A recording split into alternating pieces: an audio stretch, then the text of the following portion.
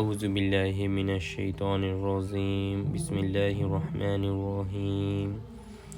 এখানে আমরা সূরা ফাতিহা তেলাওয়াত করব, তার বাংলা অর্থ দেখব এবং তার বাংলা তরজমা দেখব। এবং এই তরজমাটা হলো তাফসিরুল কুরআন সৈয়দ আবুল আলা মাহদুদি রহমতুল্লাহ। তো ওনার তফসির। বিসমিল্লাহির রহমানির রহিম। আলহামদুলিল্লাহি রাব্বিল আলামিন আর রহমানির রহিম মালিকি ইয়াউমিদ্দিন ইয়াকা না'বুদু ওয়া ইয়াকা নাস্তাঈন ইহদিনাস তাইন। তো এই পর্যন্ত আমরা বাংলা অর্থটা দেখি। প্রশংসা একমাত্র আল্লাহর জন্য, যিনি নিখিল বিশ্বজাহানের রব, পরম দয়ালু ও করুণাময়, প্রতিদান দিবসের মালিক।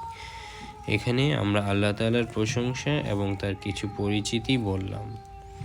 আমরা তোমারই ইবাদত করি এবং তোমার কাছেই সাহায্য চাই। তো এই লাইনগুলো দ্বারা আল্লাহ তাআলা কি বোঝাতে চেয়েছেন? কোরআনের তাফসীর অনেক বড় এবং এটা এক তাফসীরবিদদের মতে এক রকম হয়ে থাকে, তবে মূল বিষয়বস্তু একই থাকে, হয়তো উপস্থাপনের ধরন ভিন্ন থাকে। তো আমরা এখানে সৈয়দ আবুল আলা মাহদুদি ওনার যে তাফসীরটা আছে সেটা দেখব। উনি বলেছেন, ইসলাম মানুষকে একটি বিশেষ সভ্যতা ও সংস্কৃতি শিক্ষা দিচ্ছে। প্রতিটি কাজ শুরু করার আগে আল্লাহর নাম উচ্চারণ করা সভ্যতা ও সংস্কৃতির একটি রীতি। সচেতনতা, আন্তরিকতার সাথে এ রীতির অনুসারী হলে অনিবার্যভাবে তিনটি সুফল লাভ করা যায়। 1. মানুষ অনেক খারাপ কাজ করা থেকে নিষ্কৃতি পাবে, কারণ আল্লাহর নাম উচ্চারণ করার অভ্যাস তাকে প্রতিটি কাজ শুরু করার আগে একথা চিন্তা করতে বাধ্য করবে যে যথার্থই এ কাজ আল্লাহর নাম উচ্চারণ করা কোনো ন্যায়সঙ্গত অধিকার আছে কিনা। যেমন মনে করেন আপনি চুরি করতে যাবেন, সেই ক্ষেত্রে আপনি বিসমিল্লাহ বলে যাবেন না, বা আপনি মনে করেন ছিনতাই করতে যাবেন, বিসমিল্লাহ বলে ছিনতাই করবেন না, আপনাকে বাধা দিবে। আল্লাহর নাম নেওয়ার ক্ষেত্রে আল্লাহ আপনাকে বাধা দিবে। 2. বৈধ, সঠিক ও সৎ কাজ শুরু করতে গিয়ে আল্লাহর নাম নেয়ার কারণে মানুষের মনোভাব, মানসিকতা সঠিক দিকে মোড় নেয়। সে সব সময় সবচেয়ে নির্ভুল বিন্দু থেকে তার কাজ শুরু করবে। 3. এক্ষেত্রে সবচেয়ে বড় সুফল এই যে আল্লাহর নামে যখন সে কাজ শুরু করবে, তখন আল্লাহর সাহায্য, সমর্থন ও সহায়তা তার সহযোগী হবে, তার প্রচেষ্টায় বরকত হবে। শয়তানের বিপর্যয় ও ধ্বংসকারিতা থেকে তাকে নিরাপদ রাখা হবে। বান্দা যখন আল্লাহর দিকে ফেরে, তখন আল্লাহ বান্দার দিকে ফেরেন। এটাই আল্লাহর রীতি। তো এখানে বোঝানো হয়েছে যে আল্লাহর নাম নিয়ে, অর্থাৎ সূরা ফাতিহায় আল্লাহ আমাদেরকে মেসেজ দিচ্ছে যে তার নাম নিয়ে কাজ শুরু করতে হবে। যেমন আমরা ভূমিকায় বলেছিলাম, সূরা ফাতিহা আসলে একটি দোয়া, তবে যে সত্তার কাছে আমরা প্রার্থনা করতে চাচ্ছি তার প্রশংসা বাণী দিয়ে দোয়া শুরু করা হচ্ছে। এভাবে যেন দোয়া চাওয়ার পদ্ধতি তা আমাদেরকে আল্লাহ শিক্ষা দিচ্ছেন। অর্থাৎ দোয়া চাইতে হলে ভদ্র ও শালীন পদ্ধতিতে দোয়া চাইতে হবে। কারো সামনে গিয়ে মুখ খুলেই প্রথমে নিজের প্রয়োজনটা পেশ করা কোনো সৌজন্য ও ভব্যতার পরিচয় নয়। যার কাছে প্রার্থনা করা হচ্ছে প্রথমে তার গুণাবলী বর্ণনা করা এবং তার দান, অনুগ্রহ ও মর্যাদার স্বীকৃতি দেওয়াই ভদ্রতার রীতি। যেমন রাজনৈতিক নেতারা যখন তার ঊর্ধ্বতন নেতার কাছে তাদের জন্য বাজেট চায়, তখন কিন্তু বলে যে আপনি গতবার আমাদেরকে অমুক তমুক সমুক দিয়েছিলেন, এবার আমাদেরকে এগুলো দিতে হবে বা এগুলো দেন, এভাবে বাজেট চায়। তো আল্লাহ এটা আমাদেরকে শিক্ষা দিয়েছেন যে এভাবে যেতে হয়। আমরা দুটি কারণে কারোর প্রশংসা করে থাকি। প্রথমত, তিনি প্রকৃতিগত কোনো বিশেষ শ্রেষ্ঠত্ব ও গুণ বৈশিষ্ট্যের অধিকারী। তার ওই শ্রেষ্ঠত্ব ও গুণ বৈশিষ্ট্য আমাদের ওপর কী প্রভাব ফেলে সেটা বড় কথা নয়। দ্বিতীয়ত, তিনি আমাদের প্রতি অনুগ্রহকারী এবং আমরা তার অনুগ্রহের স্বীকৃতি আবেগে উচ্ছ্বাসিত হয়েই তার গুণাবলী বর্ণনা করি। মহান আল্লাহর প্রশংসা এ উভয় কারণে ও উভয় দিক দিয়েই করতে হয়। আমরা সর্বদা তার প্রশংসায় পঞ্চমুখ হব। এটি তার অপরিসীম মর্যাদা ও আমাদের প্রতি তার অশেষ অনুগ্রহের দাবি। আর প্রশংসা আল্লাহর জন্য কেবল এখানেই কথা শেষ নয়, বরং সঠিকভাবে বলা যায় প্রশংসা একমাত্র আল্লাহর জন্যই। এ কথা বলে একটি বিরাট সত্যের ওপর থেকে আবরণ উঠিয়ে নেওয়া হয়েছে। আর এটি হলো এমন একটি সত্য যার প্রথম আঘাতেই সৃষ্ট পূজার মূলোৎপাটিত হয়। দুনিয়ায় যে সকল বস্তুর মধ্যে যে আকৃতির কোনো সৌন্দর্য, বৈশিষ্ট্য ও শ্রেষ্ঠত্ব বিরাজ আছে, আল্লাহর সত্তাই মূলত তার উৎস। কারণ সব কিছু সৃষ্টি করেছেন আল্লাহ তাআলাই। কোনো মানুষ, ফেরেশতা, দেবতা, গ্রহ, নক্ষত্র তথা কোনো সৃষ্টির নিজস্ব কোনো গুণ, বৈশিষ্ট্যের শ্রেষ্ঠত্ব নেই। মানে আপনার মাঝে যে ভালো গুণগুলো আছে এগুলো অবশ্যই আল্লাহ আপনাকে দান করেছেন, বরং এসব আল্লাহর প্রদত্ত।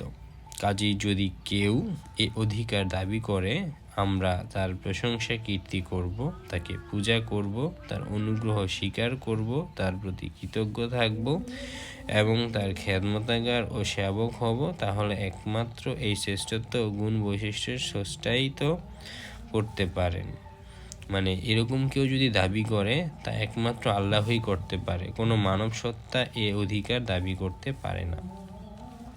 3 নম্বর আয়াতে রব শব্দটিকে আরবি ভাষায় 3টি অর্থে ব্যবহার করা হয়: মালিক ও প্রভু, দুই অভিভাবক, প্রতিপালক, রক্ষণাবেক্ষণকারী, সংরক্ষণকারী। 3 সার্বভৌম ক্ষমতার অধিকারী, শাসনকর্তা, পরিচালক ও সংঘটক। মানুষের স্বভাব হলো তার দৃষ্টিতে কোনো জিনিসের পরিমাণ খুব বেশি বলে প্রতীয়মান হলে সেজন্য সে এমন আধিক্য প্রকাশক শব্দ ব্যবহার করে, আর একটি আধিক্যবোধক শব্দ বলার পর যখন সে অনুভব করে যে ওই শব্দের মধ্যে সংশ্লিষ্ট জিনিসটির আধিক্য প্রকাশ করা সম্ভব হয়নি, অর্থাৎ আপনি কারোর প্রশংসা করতে গিয়ে মনে হলো যে না, তার প্রশংসা ঠিক মতো হয়নি, আরেকটু বেশি করা উচিত ছিল, সেটাই বোঝানো হচ্ছে, তখন সে সেই একই অর্থে আরেকটি শব্দ ব্যবহার করে। এভাবে শব্দটির অন্তর্নিহিত গুণের আধিক্য প্রকাশের ব্যাপারে যে কমতি রয়েছে বলে সে মনে করছে তা পূরণ করে। আল্লাহর প্রশংসায় রহমান একটি বিপুল আধিক্যবাচক শব্দ, কিন্তু সৃষ্টির প্রতি আল্লাহর রহমত ও মেহেরবানি এত বেশি, আমাদের সেটা আর রহমান বলে প্রকাশ সীমা সংখ্যাহীন, তা সেটা বলা ধারা পূরণ হয় না, আরও আকাঙ্ক্ষা থেকে যায়। তাও বায়ান করার জন্য সবচেয়ে বেশি ও বিপুল আধিক্যবোধক শব্দ ব্যবহার করার পরও মন ভরে না, তাই তার আধিক্য প্রকাশের হক আদায় করার জন্য আবার রহিম শব্দটিও যোগ করা হয়। এর দৃষ্টান্ত এভাবে দেওয়া যেতে পারে, যেমন আমরা কোনো ব্যক্তির দানশীলতা গুণ বর্ণনা করার জন্য দাতা বলার পরও যখন অতৃপ্ত অনুভব করি, তখন এর সাথে দানবীর শব্দটিও লাগিয়ে দেই। রঙের প্রশংসায় সাদা শব্দটি বলার পরও দুধের মতো সাদা বলে থাকি, অর্থাৎ আধিক্য বোঝানোর জন্য আমরা এমনটা করে থাকি। অর্থাৎ যেদিন মানবজাতি পূর্ববর্তী ও পরবর্তী সমস্ত বংশধরকে একত্র করে তাদের জীবনের সমগ্র কর্মকাণ্ডের হিসাব নেওয়া হবে, প্রত্যেক ব্যক্তিকে তার পূর্ণ কর্মফল দেওয়া হবে। তিনি সেদিন দিনের একচ্ছ অধিপতি। আল্লাহর প্রশংসা রহমান ও রহিম শব্দ ব্যবহার করার পর তিনি প্রতিদান দিবসের মালিক একথা বলায় এখান থেকে এ অর্থ প্রকাশিত হয় যে তিনি নিছক দয়ালু ও করুণাময় নন, অর্থাৎ আল্লাহ কেবল দয়ালু আর করুণাময় নয়, সাথে কি একই সাথে তিনি ন্যায় বিচারকও। আবার তিনি এমন ন্যায় বিচারক যিনি হবেন শেষ বিচার ও রায় শুনানির দিনে পরিপূর্ণ ক্ষমতা ও কর্তৃত্বের মালিক। সেদিন তিনি শাস্তি প্রদান করলে কেউ তাতে বাধা দিতে পারবে না এবং পুরস্কার দিলেও কেউ ঠেকাতে পারবে না। কাজেই তিনি আমাদের প্রতিপালন করেন ও আমাদের প্রতি করুণা করেন, এজন্য যে আমরা তাকে ভালোবাসি শুধু এতটুকুই নয়, বরং তিনি ইনসাফ ও ন্যায় বিচার করেন, এজন্য আমরা তাকে ভয়ও করি এবং এই অনুভূতিও রাখি যে আল্লাহ আমাদের ভালো মন্দ পরিণতি পুরোপুরি তার হাতেই ন্যস্ত। ইবাদত শব্দটি আরবি ভাষার এর তিনটি অর্থে ব্যবহৃত হয়, যথা পূজা ও উপাসনা, আনুগত্য ও হুকুম মানা, বন্দেগী ও দাসত্ব করা। এখানে একই সাথে তিনটি অর্থই প্রকাশিত হচ্ছে, অর্থাৎ আমরা তোমারই ইবাদত করি। ইবাদত ধারা উপাসনা বোঝাচ্ছে, তোমার আনুগত্য করি ও বন্দগী গোলামি করি এবং দাসত্ব করি। আর আমরা তোমার সাথে এই সম্পর্ক রাখি। কেবল এখানেই কথা শেষ নয়, বরং এই সম্পর্কগুলো আমরা একমাত্র তোমারই সাথে রাখি। এ তিনটি অর্থের মধ্যে কোনো একটি অর্থেও অন্য কেউ আমাদের মাবুদ নয়।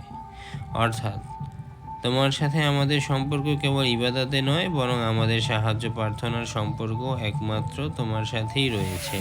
আমরা জানি তুমি সমগ্র বিশ্বজাহানের রব, সমস্ত শক্তি।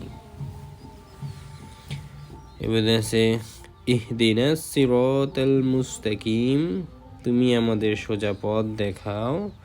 সিরাতাল্লাযীনা আনআমতা আলাইহিম, তাদের পথ যাদের প্রতি তুমি অনুগ্রহ করেছ। গায়রিল মাগদুবি আলাইহিম ওয়ালাদ-দাল্লিন, আমিন। যাদের ওপর গজব পড়েনি, যারা পথভ্রষ্ট হয়নি। এরকম পথ আমরা আল্লাহর কাছে প্রার্থনা করছি, মানে এতক্ষণ আমরা আল্লাহর প্রশংসা করলাম, এখন তার কাছে চাইছি আমাদের জন্য যা প্রয়োজন তা। তোমারই হাতে কেন্দ্রীভূত, তুমি একাই যাবতীয় নিয়ামত ও অনুগ্রহের অধিকারী। তাই আমাদের অভাব প্রয়োজন পূরণের জন্য আমরা একমাত্র তোমার দুয়ারেই ধর্ণা দিই, তোমার সামনে নিজের সোপার্দ করে দিই এবং তোমার সাহায্যের ওপর নির্ভর করি। এই জন্য আমাদের এই আবেদন নিয়ে আমরা তোমার দুয়ারে হাজির হয়েছি। অর্থাৎ জীবনের প্রতিটি শাখা প্রশাখায় এবং প্রতিটি বিভাগে চিন্তা, কর্ম ও আচরণ এমন বিধি ব্যবস্থা আমাদের শেখাও যা হবে একেবারে নির্ভুল, যেখানে ভুল দেখা, ভুল কাজ করা, অশুভ পরিণামের আশঙ্কা নেই। যে পথে আমরা চলাচল করলে যথার্থ সাফল্য ও সৌভাগ্যের অধিকারী হতে পারি। কোরআন অধ্যয়নে প্রাক্কালে বান্দা তার প্রভু ও মালিক আল্লাহর কাছে এই আবেদন পেশ করে। বান্দা আরজি পেশ করে, হে আল্লাহ, তুমি আমাদের পথ দেখাও কল্পিত দর্শনের গোলকধাঁধার মধ্য থেকে যথার্থ সত্যকে উন্মুক্ত করে আমাদের সামনে তুলে ধরো। বিভিন্ন নৈতিক চিন্তা দর্শনের মধ্য থেকে যথার্থ নির্ভুল ও নৈতিক চিন্তা দর্শন আমাদের সামনে উপস্থিত করো। জীবনের অসংখ্য পথের মধ্য থেকে চিন্তা ও কর্মের সহজ সরল ও সুস্পষ্ট রাজপথটি আমাদের দেখাও। আল্লাহর কাছে আমরা সফলতার পথ চাইছি। মহান আল্লাহর কাছ থেকে আমরা যে সোজা পথটি জ্ঞান লাভ করতে চাচ্ছি, এটা হচ্ছে তার পরিচয়, অর্থাৎ এমন পথ যার ওপর সব সময় তোমার প্রিয়জনেরা চলেছেন। সেই নির্ভুল রাজপথটি অতি প্রাচীনকাল থেকে নিয়ে আজ পর্যন্ত যে ব্যক্তি ও যে দলটি তার ওপর চলছে, সে তোমার অনুগ্রহ লাভ করেছে। মানে পূর্ববর্তী যারা আল্লাহর পথে চলেছে তাদের কথা আমাদের নয়ে বলা হয়েছে। 10 হলো, অনুগ্রহ লাভকারী হিসেবে আমরা এমন সব লোককে চিহ্নিত করিনি যারা আপাতত দৃষ্টিতে সাময়িকভাবে তোমার পার্থিব অনুগ্রহ লাভ করে থাকে ঠিকই, কিন্তু আসলে তারা হয় তোমার গজব ও শাস্তির পাত্র, যেমন নমরুদ, কারউন, ফেরাউন ও শাস্তির পাত্র, এবং এভাবে তারা নিজেদের সাফল্য ও সৌভাগ্যের পথ হারিয়ে ফেলে। এ নেতিবাচক ব্যাখ্যায় একথা সুস্পষ্ট হয়ে ওঠে যে অনুগ্রহ বলতে আমরা যথার্থ ও স্থায়ী অনুগ্রহ বুঝাচ্ছি, যা আসলে সঠিক পথে চলা ও আল্লাহর সন্তোষ লাভের ফলে অর্জিত হয়। এমন কোনো সাময়িক ও লোক দেখানো অনুগ্রহ নয় যা ইতিপূর্বে ফেরাউন, নমরুদ, কারুনরা লাভ করেছিল এবং আজও আমাদের চোখের সামনে বড় বড় জালেম, দুষ্কৃতিকারী ও পথভ্রষ্টরা যেগুলো লোভ করে চলছে। অর্থাৎ যেমন কারণ কিন্তু একজন দরিদ্র ছেলে ছিল, সে একটা পর্যায়ে গিয়ে অনেক ধনী হয়, কিন্তু টাকা পয়সার অহংকারে সে খুবই অহংকারী হয়ে পড়ে। অবশেষে আল্লাহ তাআলা তাকে তার সম্পদ দিয়ে পিষ্ট করে ইহকাল থেকে বিদায় করে দেন। তো এরকম সফলতা না, আমরা চাই আল্লাহর কাছে টেকসই সফলতা, অর্থাৎ স্থায়ী সফলতা। তো সেই স্থায়ী সফলতার জন্য আমাদের যেই পথে চলতে হবে সেই পথেও আল্লাহকে দেখিয়ে দেওয়ার জন্য আমরা আল্লাহর নিকট আরজি পেশ করেছি। তো এটা ছিল সূরা ফাতিহা এর তাফসীর। এটা সাইয়্যিদুল আবুল আলা মাদুদি ওনার মতে। তো এর পরের দিন আমরা সূরা বাকারা এর প্রথম দিকে পড়ব।